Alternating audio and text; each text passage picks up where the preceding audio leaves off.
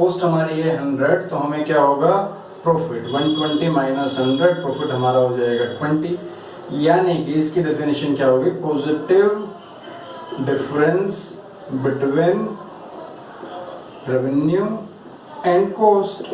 यानी कि कॉस्ट और रेवेन्यू और कॉस्ट के बीच का जो भी पॉजिटिव डिफरेंस है वो हमारा प्रॉफिट है।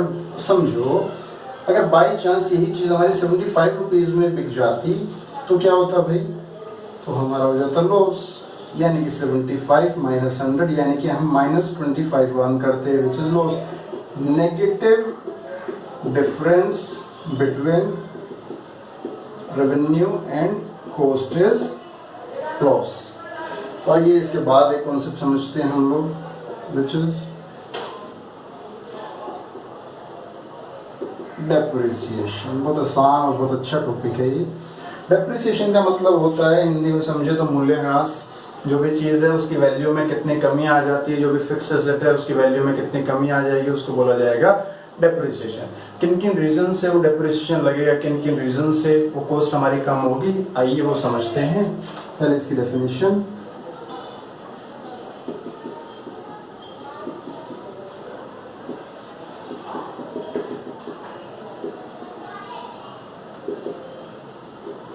ड्यू टू, 3 रीजन है हमारे पास, normal wear and tear, absolute changes and accidental losses. इन 3 रीजन से हमारी एसेट की वैल्यू जो भी कम हो जाएगी उसको बोला जाएगा डेप्रिसिएशन। फॉर एग्जांपल, आपको आपके घर वालों ने एक अच्छी सी एक्टिवा या जो बाइक या गाड़ी जो आप लेना चाहते हैं वो आपको दिलवाया, और जब आप लेके आए उसके अगले दिन ही बाई चांस अगर आप बेचना चाहेंगे तो उसकी वैल्यू में कुछ कमी आ जाएगी, उसको डेप्रिसिएशन बोलेंगे। 3 रीजन से आती है। फर्स्ट होता है नॉर्मल वियर एंड टियर। जब आप उसको यूज करोगे, मान लो आपने 1 साल उसको यूज किया, तो 1 साल यूज करने के बाद आप 65,000 रुपए की एक्टिवा लेके आते, लगभग मुझे उम्मीद है इतने की होगी, तो 1 साल बाद आप बेचने जाएंगे तो उसकी वैल्यू में कुछ कमी आ जाएगी, कुछ कटौती आ जाएगी, उसको कहा जाएगा डेप्रिसिएशन। दूसरा है एब्सोल्यूट चेंजेस। फॉर एग्जांपल, आपने स्कूटी ली, आप 10th पास हो गए, 10th में आपके अच्छे मार्क्स आए, लॉकडाउन खुलने के बाद आपको पता चला, फिर वालों ने आपको स्कूटी दिलाई। अब स्कूटी दिलाई तो आपने 11th में स्कूटी नहीं चलाई क्योंकि घर वालों ने कहा कि भाई 11th थोड़ी सी टफ है, 12वीं में चलाना। 12वीं में आप थोड़ा ज्यादा सिंसियर हो गए, आपने कहा भाई 12वीं में अच्छे से पढ़ लेता हूँ ताकि कॉलेज अच्छा मिले। 12वीं में आपने स्कूटी नहीं चलाई, फिर आपका कहीं दिल्ली से बाहर या दिल्ली में भी कोई बहुत अच्छी जगह एडमिशन हो गया जहां आप स्कूटी से नहीं जा सकते, आपको मेट्रो से ही जाना पड़ता है। तो क्या हुआ, फिर आप 3 साल वहां कॉलेज लाइफ में रहे, तो आप ज्यादा स्कूटी चला नहीं पाए, स्कूटी लगभग आपकी खड़ी ही रही। तो समय तो बीता ना, लेकिन 5 साल जब आप ग्रेजुएट हो गए, आप इसको बेचने जाओ कि जी हमारी स्कूटी तो बिल्कुल नहीं है, बिल्कुल चली ही नहीं है, ना के बराबर चली है, तो 65,000 दे दो, वो नहीं होगा क्योंकि 5 साल पुरानी वो आपकी टेक्नोलॉजी होगी, समय तो बीत गया ना। तो एब्सोल्यूट चेंजेस समय के बीतने के साथ भी वैल्यू कम होती है। थर्ड है accidental losses. Due to any reason, आप तो स्कूटी गाड़ी जो भी चलाएंगे अच्छे से ही चलाएंगे, लेकिन किसी दूसरे ने कुछ दिक्कत क्रिएट की या गलती आपसे हो गई, एक्सीडेंट हो गया, तो उस एक्सीडेंट के कारण भी जो स्कूटी डैमेज हो जाएगी, जो वैल्यू उसकी कम होगी, उसको भी कहेंगे हम डेप्रिसिएशन। तो डेप्रिसिएशन की डेफिनेशन हमने समझी, तो आए आगे कुछ और चीजें हम लोग समझते हैं।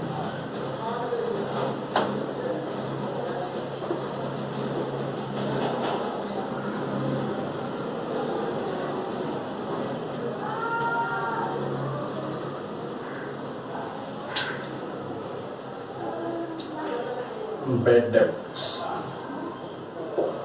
इसी के साथ में कुछ कॉन्सेप्ट और समझेंगे हम लोग। इंसॉल्वेंट, बैड डेब्ट, रिकवर्ड, सॉल्वेंट। सबसे पहले हम लोग समझते हैं डेब्ट। डेब्ट मतलब होता है उधार। हमने समझा था ना एक टर्म लायबिलिटीज, तो उसी का दूसरा नाम होता है डेब्ट। हमने 2 तरह का समझा था, एक समझा था हमने शॉर्ट टर्म डेब्ट, एक हमने समझा था लॉन्ग टर्म डेब्ट। समझा था ना? डेब्ट मतलब उधार। अच्छा, गुड डेब्ट क्या होगा? गुड डेब्ट, डेब्ट मतलब उधार, गुड मतलब अच्छा। अच्छा डेब्ट कौन सा है? जो टाइम पे हमारा पैसा वापस दे दे, ठीक है। और बैड डेब्ट क्या है? बैड मतलब खराब, घटिया, खराब, कुछ भी आप ऐसे बोल सकते हैं। डेब्ट मतलब उधार। अच्छा जी, खराब उधार क्या है? आप बार बार मांगने जाएं, वो कह रहे नहीं भैया अभी तो है नहीं, अभी तो ये हो गया भैया, ऐसा हो गया वैसा हो गया, तो आपको उधार का पैसा वापस ना मिल पाए, उसको कहेंगे बैड डेब्ट। वो डेब्ट जो खराब है, जो आपको पैसा वापस नहीं दे रहा है। इसकी डेफिनेशन क्या होगी? अमाउंट विच इज इरिकवरेबल, जिसकी रिकवरी ना हो पाए, उसको कहेंगे। अब फॉर एग्जाम्पल एक राम नाम का व्यक्ति है, उस 1000 रुपये आपसे उधार लिए, तो वो देने से मना कर गया, तो जो 1000 रुपये ये है हमारा बैड डेब्ट। जो राम है वो है हमारा इंसॉल्वेंट, क्योंकि इंसॉल्वेंट का मतलब होता है person who is not in the position of paying his डेब्ट और ड्यूज। कोई भी पर्सन जो इस पोजीशन में नहीं है, जिसको फाइनेंशियल क्राइसिस उसके पास हो गया, कोई दिक्कत हो गई, उसको पैसा दे नहीं पा रहा, तो उस व्यक्ति को कहेंगे हम इंसॉल्वेंट और उस पैसे को कहेंगे बैड डेब्ट। अब एक बैड डेब्ट रिकवर्ड, बैड डेब्ट मतलब खराब डेब्ट जिसको हम भूल गए थे कि भाई ये पैसा तो डूब गया, उसकी रिकवरी हो गई, ठीक है, तो इसको बोलेंगे अमाउंट रिसीव्ड फ्रॉम बैड डेब्ट, ये बैड डेब्ट रिटर्न ऑफ। वहां से पैसा आ गया, जो आपने सोच लिया था ये पैसा डूब गया, वो पैसा आ गया, आपको व्यक्ति देवता दिखाई देगा, तो पैसा हमारा होगा बैड डेब्ट रिकवर। सोल्वेंट क्या है भाई? जो टाइम पे अपना डेब्ट का पैसा पे कर दे उसको सोल्वेंट कहेंगे, जो नहीं देगा उसको इंसॉल्वेंट कहेंगे। A person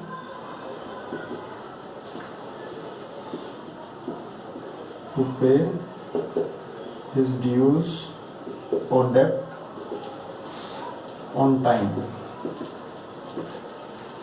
yeah, a person who clears his due।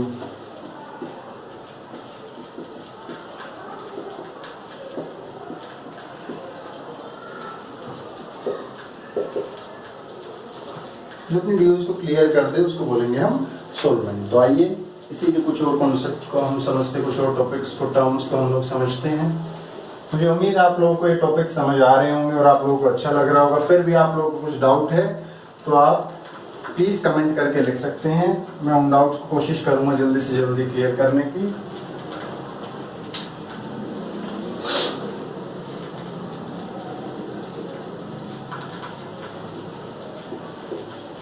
Books of account. अब बेसिकली बुक्स ऑफ अकाउंट क्या है? जो भी हमारे पास अकाउंटिंग ट्रांजैक्शंस हैं, डे टू डे ट्रांजैक्शन, जो हम परचेज कर रहे हैं, सेल कर रहे हैं, सैलरी पे कर रहे हैं, रेंट पे कर रहे हैं, इंटरेस्ट पे कर रहे हैं, कुछ रिसीव कर रहे हैं, जो भी लेन देन बिजनेस से रिलेटेड हो रही है वो कहीं तो रिकॉर्ड करेंगे। तो कहाँ रिकॉर्ड करेंगे? Books of account. Books in which business transactions are to be recorded। ठीक है जी, अब अगला कॉन्सेप्ट हम समझेंगे फाइनेंशियल ईयर। दूसरा नाम है इसका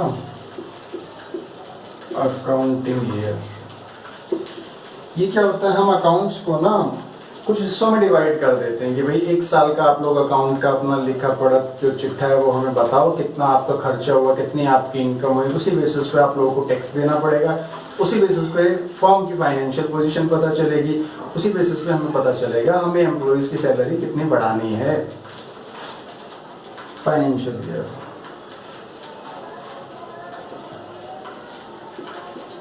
one year time period in which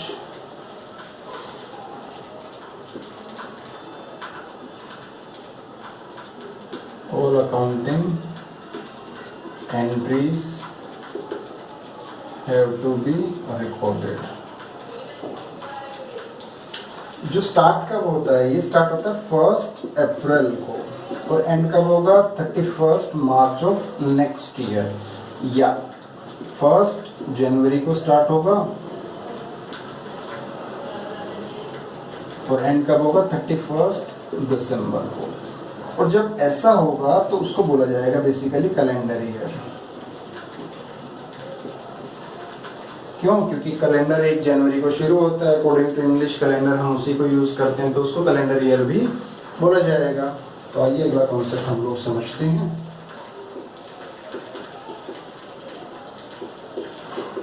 discount. Discount मतलब आप सेल बढ़ाना चाहते हैं, इसीलिए आपका जो भी प्राइस है, सेलिंग प्राइस, उसमें से कुछ छूट आप लोग दे रहे हैं, कुछ पैसे का कट कर रहे हैं, इसलिए 2 तरह का डिस्काउंट होता है। एक होता है ट्रेड डिस्काउंट। ट्रेड डिस्काउंट व्यापार संबंधी डिस्काउंट, फिक्स परसेंटेज में आपको मिलता है। एक होता है कैश डिस्काउंट। अब कैश डिस्काउंट को भी 2 पार्ट्स में डिवाइड कर देते हैं हम, डिस्काउंट अलाउड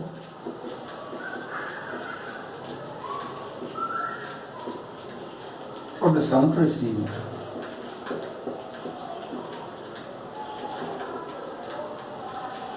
अब कैश डिस्काउंट क्या होता है, इंपॉर्टेंट चीज है, हम लोग समझेंगे cash discount.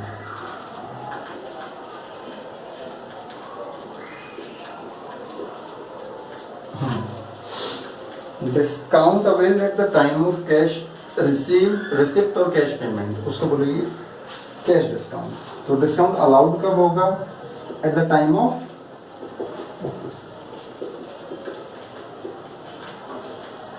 Cash receipt.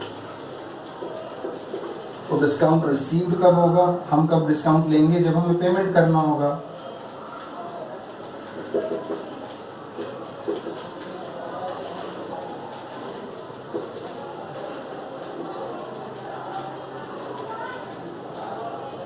Cash payment.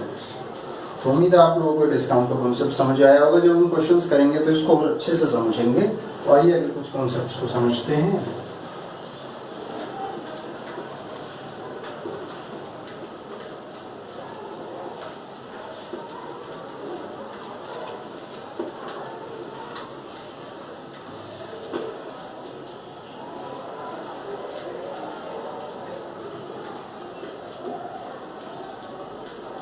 Debtors,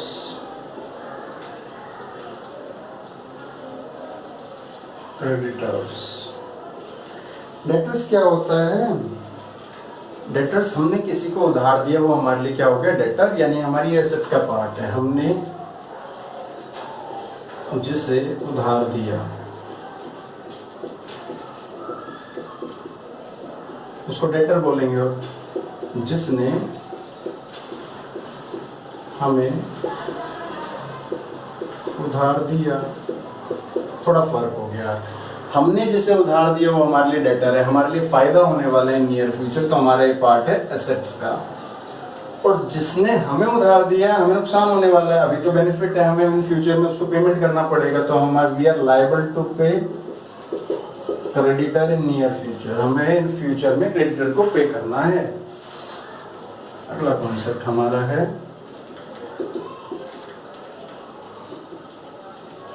expenditure. Expenditure मतलब खर्चा फॉर्म का। 2 तरह का एक्सपेंडिचर होता है,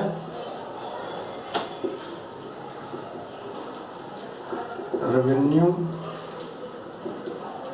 एक्सपेंडिचर एंड कैपिटल एक्सपेंडिचर। अच्छा जी, रेवेन्यू एक्सपेंडिचर क्या होता है? Revenue expenditure is of recurring nature. Recurring nature मतलब बार बार होने वाला खर्चा।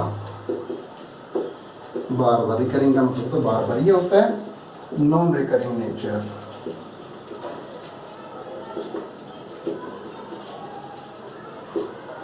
ये कभी कभी होने वाला खर्चा। ये हमारी जो प्रोडक्शन, ये कैपिटल एक्सपेंडिचर हमारी जो प्रोडक्शन कैपेसिटी है उसको इंप्रूव करने के लिए होता है। It is for improving production capacity. For example अभी हम 100 यूनिट प्रोड्यूस करें, हमें एक बड़ा प्लांट, मशीनरी, कोई कुछ भी चीज़ हमें खरीदनी पड़ेगी जिससे हमारी वो यूनिट्स हम ज़्यादा प्रोड्यूस कर सकें, तो ये कैपिटल एक्सपेंडिचर कभी कभी होगा। फिक्स एसेट्स को खरीदा जाता है इसमें ज़्यादातर। Revenue expenditure day to day expenses आपको जो करने पड़ेंगे, आपकी वर्किंग एफिशिएंसी आपकी मेंटेन रहे, उसके लिए बेसिकली होता है रेवेन्यू एक्सपेंडिचर। तो मुझे उम्मीद है मैक्सिमम कॉन्सेप्ट्स को आपको समझ आए होंगे। तो आगे आने वाली क्लासेस में हम कुछ और कॉन्सेप्ट्स को डिस्कस करेंगे। ये कुछ कॉन्सेप्ट को हमने डिस्कस किया। Thank you.